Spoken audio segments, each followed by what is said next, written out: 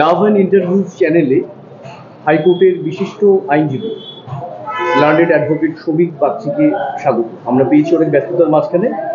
আমরা কয়েকটা বিষয়ে শ্রমিকবাবুর কাছে জানতে চাইব।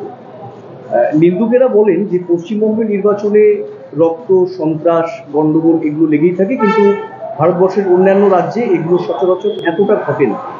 তো নির্বাচন চলছে, গতকাল এক দফা ভোট হলো, তো সেই পরম্পরা কি এখনো বজায় আছে বলে মনে হয়? কি পর্যবেক্ষণ? মোটামুটি আছে, তবে এই বছর আমি কিন্তু একটা জিনিস দেখছি, লোকসভা নির্বাচন বা বিধানসভা নির্বাচন আগের যেগুলো, তাতে যতটা তীব্র হিংসা হয়েছিল ততটা কিন্তু এই বছর হয়নি, এটা মানতেই হবে। এর পিছনে আমি ক্রেডিট দেব প্যারামিলিটারি ফোর্স এবং নির্বাচন কমিশন।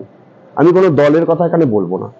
তার কারণ হচ্ছে যে আপনি একটা জিনিস লক্ষ্য করতে হবে যে নির্বাচন শুরু হওয়ার বহু আগের থেকে সাধারণ পরিবহনগুলোতে, বাস বলুন, ট্রাম বলুন, মেট্রো বলুন, সেখানে নির্বাচন কমিশন বলছেন যে উপযুক্ত নিরাপত্তার ব্যবস্থা নির্বাচন কমিশন সারা দেশের জন্য, পাশাপাশি এই রাজ্যের বিভিন্ন প্রান্তে করেছেন। মানুষকে তারা আহ্বান করছেন মানুষ যেন ভোট দিতে আসে। আমার মনে হয় যে এই যে প্রচার তারা যে চালিয়েছেন, মানুষের মনে অনেক স্বতঃস্ফূর্ততা তৈরি হয়েছে, এবং যারা গন্ডগোল করত তারা কিন্তু একটা বার্তা পেয়ে গেছে যে গন্ডগোল করলে বা গন্ডগোল যদি ইচ্ছাকৃতভাবে কোথাও করা হয় সেক্ষেত্রে তার উপযুক্ত জবাব কিন্তু মানুষ দিয়ে দেবে, ভোট বাক্সে দিয়ে দেবে। আর একটা ব্যাপার হয়েছে, দেখুন, ডেলিবারেটলি আপনারা দেখেছেন হাইকোর্ট বলে গেছে যে হিংসা কমাতে হবে, অনেক অর্ডারে বলেছে। সিসিটিভি ফুটেজ, প্রত্যেকটা বুথে যে সিসিটিভি লাগানোর যে অর্ডার, যেটা সুপ্রিম কোর্ট অর্ডার দিয়েছিল, পরবর্তীকালে হাইকোর্ট ইমপ্লিমেন্ট করেছে, এবং পঞ্চায়েত ভোটে প্রত্যেকটা বুথে সিসিটিভি লাগানোর জন্য আজও পর্যন্ত হাইকোর্টে পঞ্চায়েতের মামলা পেন্ডিং, এবং পরিষ্কার হাইকোর্ট কিন্তু বলে দিয়েছিল যে পঞ্চায়েত ভোটে কেউ জয়ী নয়। দেখুন, একটা জিনিস আপনাকে মানতে হবে, সব থেকে বড় ব্যাপার হচ্ছে যে আরো একটা জিনিস, সোশ্যাল মিডিয়াতে এত বেশি কেউ কোনো অন্যায় করলে, কোনো কিছু করলে এত বেশি অপরাধটাকে ভাইরাল করে দেওয়া হচ্ছে কয়েক সেকেন্ডের মধ্যে, কয়েক মুহূর্তের মধ্যে, যার জন্য যারা অপরাধ করছেন তারা আইডেন্টিফাইড হয়ে যাচ্ছেন। একটা জায়গায় করে আইডেন্টিফাইড হয়ে গিয়ে অন্যরা কিন্তু সেইখান থেকে ডেলিবারেটলি অনেকটা পিছিয়ে আসছেন। আমার মনে হয়েছে একটু একটু করে মানুষ যাচ্ছে, মানুষ ভোট দানের পরিমাণ, আমি আপনাকে বলছি, শিলিগুড়ি বা এই সমস্ত নর্থ বেঙ্গলে কোনো বাড়ি 60% উপর ভোট পড়তো না, এখানে সেখানে 70% ভোট পড়েছে। কালকে মুর্শিদাবাদে 83% এক একটা বুথে ভোট পড়েছে। মানুষ স্বতঃস্ফূর্তভাবে এগিয়ে আসছে, এবং মানুষ যত এগিয়ে আসবে, মানুষ যত ভয়কে জয় করতে পারবে, তত কিন্তু এই হিংসা, তবে হিংসা পুরোপুরি বন্ধ হয়নি আমাদের রাজ্যে, এখনো হিংসা চলছে, অনেক জায়গাতেই হয়েছে। কিন্তু আপনারা দেখবেন কালকে যখনই রাজ্য সরকারের লোকজন সাধারণ মানুষের সঙ্গে প্রতারণা করার চেষ্টা করেছে, রিগিং করার চেষ্টা করেছে, বুথ দখল করার চেষ্টা করেছে, রাজ্য সরকার এই জোর করে নিজেদের গরম দেখানোর চেষ্টা করেছে, প্যারামিলিটারি ফোর্স কিন্তু একদম মানুষের পাশে দাঁড়িয়ে রাজ্য সরকারের পুলিশকে 200 মিটার দূরে সরিয়ে দিয়ে মানুষকে সংঘবদ্ধ করে ভোট তারা কন্ডাক্ট করিয়েছেন। এই জিনিসগুলো কিন্তু বিরোধীরা নজর করছে, এবং যারা গন্ডগোল পাকাতে চাইছে তারা বুঝতে পারছে যে গন্ডগোল পাকানো, মানুষ যখন সচেতন হয়ে যাবে, গন্ডগোল পাকানো এত সহজ ব্যাপার হবে না। সঙ্গে আমাদের পরের যে বিষয়টা বলতে চাইছি সেটা হচ্ছে, রাজ্যপালের এগেনস্টে এফআইআর করা হয়েছে, এবং যারা করেছেন এবং যাদের মাধ্যমে করানো হয়েছে তারা হয়তো প্রত্যেকেই জানেন যে ওনার এগেনস্টে ক্রিমিনাল প্রসিডিউর সেভাবে শুরু করা যায় না, বা তার অন্য প্রক্রিয়া আছে। কিন্তু এতে করে যে সামাজিক সম্মান যে নষ্ট হলো সেটা তো অ্যাডমিটেড, এটা তো অস্বীকার করার কোনো জায়গা নেই। হয়তো কোনো প্রসিডিং শুরু হয়নি, তার মানে কি অন্যান্য সাধারণ লেম্যান বা সাধারণ মানুষ কি অনেক বেশি টেনসড হয়ে যাবেন না, যে কোনো মহিলার সঙ্গে কথা বলবো না, কিছু হলেই আমার এগেনস্টে কেস হয়ে যেতে পারে, রাজ্যপালের যদি এই হয়ে যায় তো আমি কোন? দেখুন, এটা আপনি একদিক থেকে ভাবছেন, আমি এটা সম্পূর্ণ অন্য দিক থেকে ভাবছি। কারণ প্রত্যেক মানুষের দৃষ্টিভঙ্গি এবং চিন্তা ভাবনা একরকম হবে, এটার কোনো যুক্তি নেই। আপনার এই প্রশ্নটার উত্তরটা আমি উল্টো দিক থেকে দিচ্ছি। রাজ্যপাল এই প্রসঙ্গে ডেলিবারেটলি রাজভবন থেকে ফুটেজ 1 ঘন্টা 15 মিনিটের ফুটেজ প্রকাশ করা হয়েছে। সেখানে কি ঘটেছে সবাই সেটা দেখেছে, এবং সেটা মিডিয়া বারবার দেখিয়েছে। পাশাপাশি রাজ্যপাল বলেছে যে কোনো ধরনের প্রক্রিয়ার জন্য আমি তৈরি।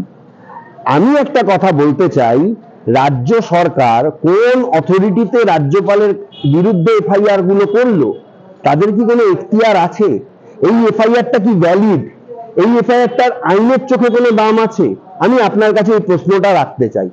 পাশাপাশি আপনি যেটা বলছেন, হ্যাঁ কিছু মানুষের মনের মধ্যে এটা হতে পারে, কিন্তু একটা কথা আপনাকে মাথায় রাখতে হবে যে এইটা রাজ্য সরকারই বা করার চেষ্টা করছে কেন? সাধারণ মানুষের কথা আপনি যেমন বলছেন, এই কথাটা আজকে আবার মুখ্যমন্ত্রী বলেছেন এই রাজ্যপাল ছাতুবাবু না লাটুবাবু কি একটা বলেছেন তার পদত্যাগ চাই। তাহলে এই রাজ্যপাল বা আমি আর যাব না, আমি এখন রাজভবনের আগেই আমি কথা বলবো, তার আগেই তাকে আমি ডেকে নেব, আমার রাজভবনে ঢুকলে আমার লাইফ মানে আমার রিস্ক আছে ইত্যাদি ইত্যাদি, এইসব কথাগুলো বলে মানুষকে এমনি কি বার্তা দিতে চাইছেন আমি জানি না। আমার এইটা জিনিস মনে হয়েছে আপনি যেটা বলছেন ভয় পাওয়ার কোনোই জায়গা নেই। তার কারণ হচ্ছে যে রাজ্যপালের স্বতঃস্ফূর্ততাকেও গ্রহণ করতে হবে। রাজ্যপাল যেভাবে ডেলিবারেটলি বলছেন যে কোনো জিনিসের জন্য আমি প্রস্তুত, তাহলে তার এগেইনস্টে এফআইআর দাঁড়ায় কি দাঁড়ায় না সেটাও বিচার মানুষ করুক। এবং যে ভিডিও ফুটেজ প্রকাশ হয়েছে সেখানে যদি কোনো অসঙ্গতি থাকে তাহলে প্রধানমন্ত্রীর দপ্তরে পারমিশন নিয়ে, রাষ্ট্রপতির পারমিশন নিয়ে তার এগেইনস্টে প্রসিডিংস করা হোক। কিন্তু এটাও আপনাকে মানতে হবে আপনি যেটা বলছেন এবং পুলিশ যেটা করেছে, পুলিশের কোনো অথরিটি এখতিয়ার নেই, তাও পুলিশ যে এফআইআরটা করেছে, এর আগে পুলিশের গড়িয়াহাট থানার পুলিশ যে সিবিআই এর এগেইনস্টে এফআইআর করেছিল, যেখানে সিবিআই এর এগেইনস্টে রাজ্য পুলিশের এফআইআর করার কোনো এখতিয়ার নেই এবং রাজ্যপালের বিরুদ্ধে নেই, তাহলে রাজ্য পুলিশ বা কলকাতা পুলিশ যাদের একটা সম্মান ছিল, একটা প্রেস্টিজ ছিল, একটা জায়গা ছিল, আজকে রাজ্যবাসীকে তারা কি দেখাচ্ছে? মিথ্যে এফআইআর, মিথ্যে আইনের মিথ্যে অ্যাপ্লিকেশন, এবং রাজ্যবাসীকে তারা দেখাচ্ছে পুলিশ কি না করতে পারে। এইটা যদি তারা রাজ্যবাসীকে দেখাতে চেষ্টা করে তাহলে তো পুলিশও যে মিথ্যের জালে জড়িয়ে চলছে এবং পুলিশও আইনটা মানে না বা কারো অঙ্গুলি এলানে চলে, এটা রাজ্যবাসী দেখছে এবং প্রতি মুহূর্তে আরো অন্যান্য ঘটনায় দেখছে। আমার মনে হয় রাজ্যবাসী সচেতন হওয়া উচিত এবং ভয় না পেয়ে ডেলিবারেটলি পুলিশের কাছে জানতে যাওয়া উচিত, সোশ্যাল মিডিয়ার মারফত বা অন্যান্য কোনো ইয়ের মারফত, যে আপনারা যে করেছেন কিসের ভিত্তিতে করেছেন বা আপনারা যে এইগুলো বলছেন তার কি সত্যতা রয়েছে। যেখানে একজন ফুটেজ প্রকাশ করছে, আপনি সেখানে 1.5 বছর 2 বছর আগের একটা ঘটনা নিয়ে আপনি আজকে এফআইআর করছেন, তখন আপনি কেন বলেননি? কেন আপনি তখন সেই জায়গাটা ডিসক্লোজ করেননি? মানুষকে সচেতন হতে হবে, পরিষ্কার কথা। ভয় পাওয়ার কোনো জায়গা আজকের ডেটে নেই। আজকে সোশ্যাল মিডিয়ার যুগে, ডিজিটাল ইন্ডিয়ার যুগে ভয় পাওয়া কেন? মানুষ ভয় পেতে যাবে? মানুষের ভোট নিয়ে যেখানে নেতা মন্ত্রীরা তাদের নির্বাচিত হচ্ছে, দেশের প্রধানমন্ত্রী দ্বিতীয়বার প্রধানমন্ত্রী হতে চাইলে, তৃতীয়বার তিনি যে প্রধানমন্ত্রী হতে চাইছেন, সাধারণ মানুষের ভোট চাই তার। এটাই গণতান্ত্রিক পদ্ধতি। আজকে আমার রাজ্যের মুখ্যমন্ত্রী তার দলটাকে এখানে টিকিয়ে রাখতে চাইলে সাধারণ মানুষের ভোট চাই। সুতরাং মানুষের সঙ্গে যারা প্রতারণা করছে, মানুষ তাদের কাছ থেকে পরিষ্কার জবাব নেবে, এটাই আমি মনে করব। সুবিধা, রাজ্যের আমরা জানি যে প্রশাসনিক প্রধান হচ্ছেন অনারেবল চিফ মিনিস্টার এবং কনস্টিটিউশনাল প্রধান অনারেবল গভর্নর।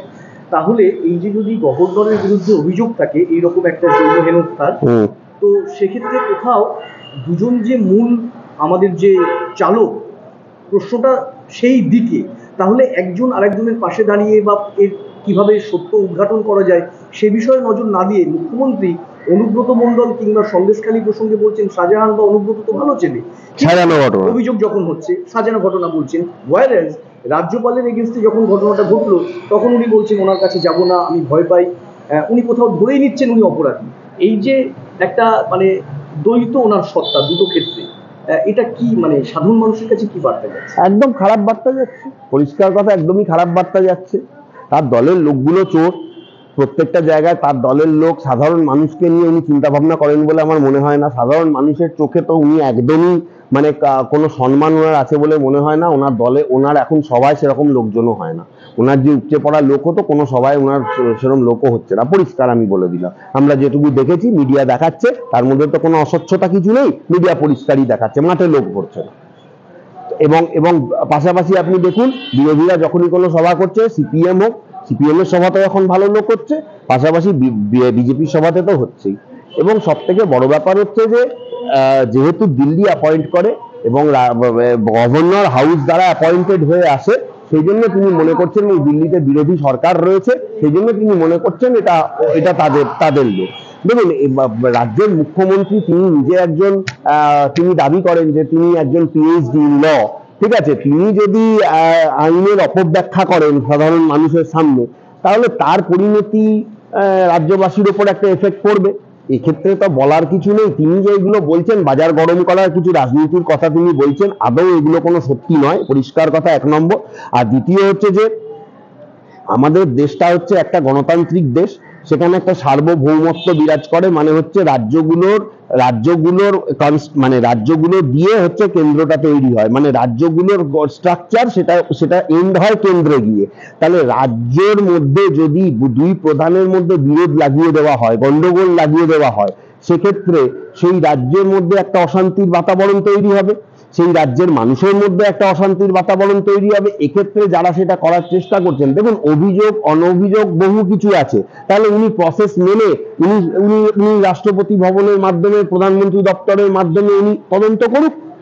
সেইটা না করে পুলিশকে দিয়ে তদন্ত করাচ্ছে, কলকাতা পুলিশকে দিয়ে তদন্ত করাচ্ছে, তাদের কোনো এখতিয়ারই নেই, তারা তদন্ত করছে। এইটা মনে হয় রাজ্যবাসী এই গসিপ গুলো আর মানতে পারছে না, এবং ভোটের আবহে আমার মনে হয় এগুলো ভোট পাওয়ার একটা রাজনীতি।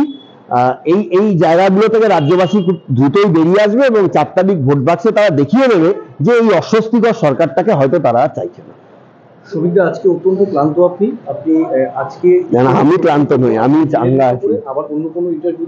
আরে তুমি এখন 1 ঘন্টা চালাও না, কোনো ব্যাপার না। শেষ যে প্রশ্নটা আজকে এই মুহূর্তে রাখতে চাইছি, আপনার আরো ইন্টারভিউ দেওয়ার আছে? আমার এখন প্রচুর আছে, তো এই এখন আমার রাত 10টা অব্দি ইন্টারভিউ আছে। আচ্ছা, তো এই যে এখনো 6 জন সাংবাদিক আমাকে ডাকছে। ল এন্ড অর্ডার নিয়ে এত প্রশ্ন সাধারণ মানুষের মনে, বিরোধীরা কথা বলছে, এবং আমাদের যে শাসক দল সেই দলের সমর্থকরাও অনেকে অনেক রকম কথা বলছেন, কিন্তু দেখা গেল এই বর্তমান শাসক দল লোকসভা ভোটে ভালো রেজাল্ট করলো, তারপর এই যে চলমান দুর্নীতিগুলো, সেটা শিক্ষাক্ষেত্রেই হোক কিংবা ল অ্যাডমিনিস্ট্রেশন রিলেটেড হোক, তার মানে কি সেই সমস্ত দুর্নীতি কি ব্যাকফুটে চলে যাবে? না, আবার দল জিতে গেছে মানে? না না না না না না না ব্যাকফুটে যাবে না। তার কারণ হচ্ছে যে এই দুর্নীতি তদন্ত করছে সিবিআই, এবং সিবিআই এর ওপর মানুষের ভরসা যদি উঠে যায়, তাহলে দেশের তদন্ত ভার সম্পূর্ণরূপে বিঘ্নিত হবে। কিন্তু ইডিকে তো মার খেতে হয় আমাদের রাজ্যে, হ্যাঁ, এই দৃশ্য তো সাধারণ মানুষ দেখছে জি। হ্যাঁ, ইডিকে মার খেতে হয়, কিন্তু দেখুন ইডিকে মার খাওয়ার পরও আলটিমেটলি গিয়ে তো আইনের জয়টা হয়। আইনের জয় হতে গেলে সব জায়গাতেই একটু সময় লাগে। ব্যাপারটা হয়ে গেছে কি, দেখুন সমস্যাটা হয়ে গেছে একটু অন্য জায়গায়। ইডি বলুন, সিবিআই বলুন বা এনআইএ বলুন, এই যে 3টে সংস্থা, এরা রাজ্য সরকারের কাছে তাদের অফিসের জন্য বহু বছর ধরে বিভিন্ন জেলায় জায়গা চেয়েছে, কিন্তু রাজ্য সরকার বা নবান্ন তাদেরকে জায়গা দেয়নি, যার জন্য তারা নিজেরাই বলে, বা আমি একটা বিশেষ দরকারে এনআইএ অফিসে গেছিলাম একটা অন্য কেসের ব্যাপারে, যে এনআইএ কিছু তথ্য চেয়ে পাঠিয়েছিল, সেই জন্য তখন তারাই বলছে যে আমাদের স্ট্রেংথের বড্ড অভাব। আপনি বলুন, তারা এই কথাও বলেছে যে ইডির আজকে অফিসার ছিল 10 থেকে 11 জন, সারা গ্রামবাসী ওখানে তাকে 50-60 জন বা 100 জন লোক ঘিরে ধরেছিল, তারা মার খেয়ে গেছে। আজকে যদি 100টা ইডির অফিসার ওখানে যেত, বা রাজ্য পুলিশ যদি তাদেরকে একটু সহযোগিতা করতো, মানে সশস্ত্র পুলিশ দিয়ে বা ইত্যাদি দিয়ে, তাহলে আজকে এই জিনিসটা হতো না। এদের স্ট্রেংথ খুব কম, যার জন্য এই জিনিসটা হচ্ছে।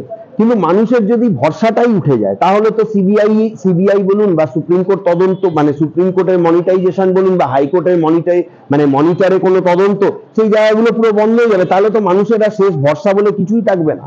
যেটা এসএসসি নিয়ে হয়েছে, যেটা রাজ্যের মানে দেশের প্রধান বিচারপতি যেটা বলেছেন, যে তাহলে তো সরকারি চাকরি যদি এইভাবে মানে চিটিংবাজি করে হয়, তাহলে তো মানুষের সরকারি চাকরির প্রতি পাওয়ার প্রতি যে একটা আকাঙ্ক্ষা, সরকারি চাকরি পাওয়ার জন্য তার যে একটা ডেলিভারেশন, সেটাই তো বন্ধ হয়ে যাবে। তাহলে তো সবকিছুই শেষ হয়ে যাবে। সুতরাং কাউকে এত ঠুনকো মনে করার কিছু আছে বলে আমার মনে হয় না।